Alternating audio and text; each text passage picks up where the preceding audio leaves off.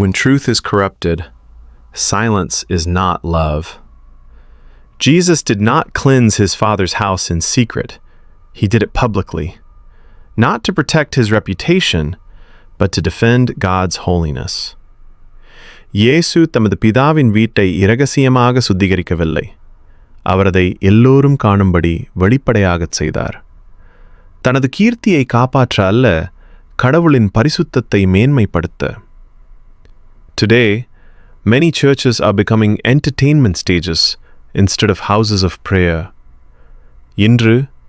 இன்று பல சபைகள் ஜெப வீடாக இல்லாமல் மேடை நிகழ்ச்சிகளாக மாறிக்கொண்டிருக்கின்றன.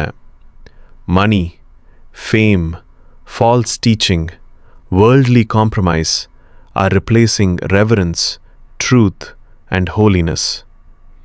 பணம், புகழ், தவறான போதனை, உலக சக சமரசம், தேவ பக்தியையும் சத்தியத்தையும் பரிசுத்தத்தையும் மாற்றிக்கொண்டிருக்கின்றன.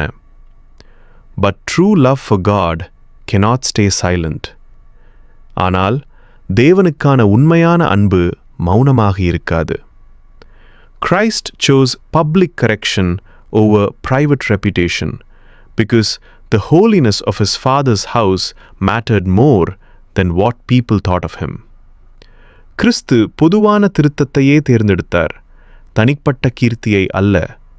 ஏனெனில் பிதாவின் வீட்டின் பரிசுத்தம் மக்கள் என்ன நினைக்கிறார்கள் என்பதை காட்டிலும் முக்கியமானது.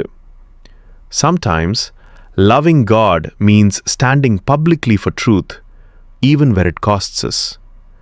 சில நேரங்களில் தேவனை நேசிப்பது என்பது சத்தியத்திற்காக நிற்பதையே குறிக்கும். Zeal for your house will consume me. யோவான் 2:14-17 வரை. Be God's fellow worker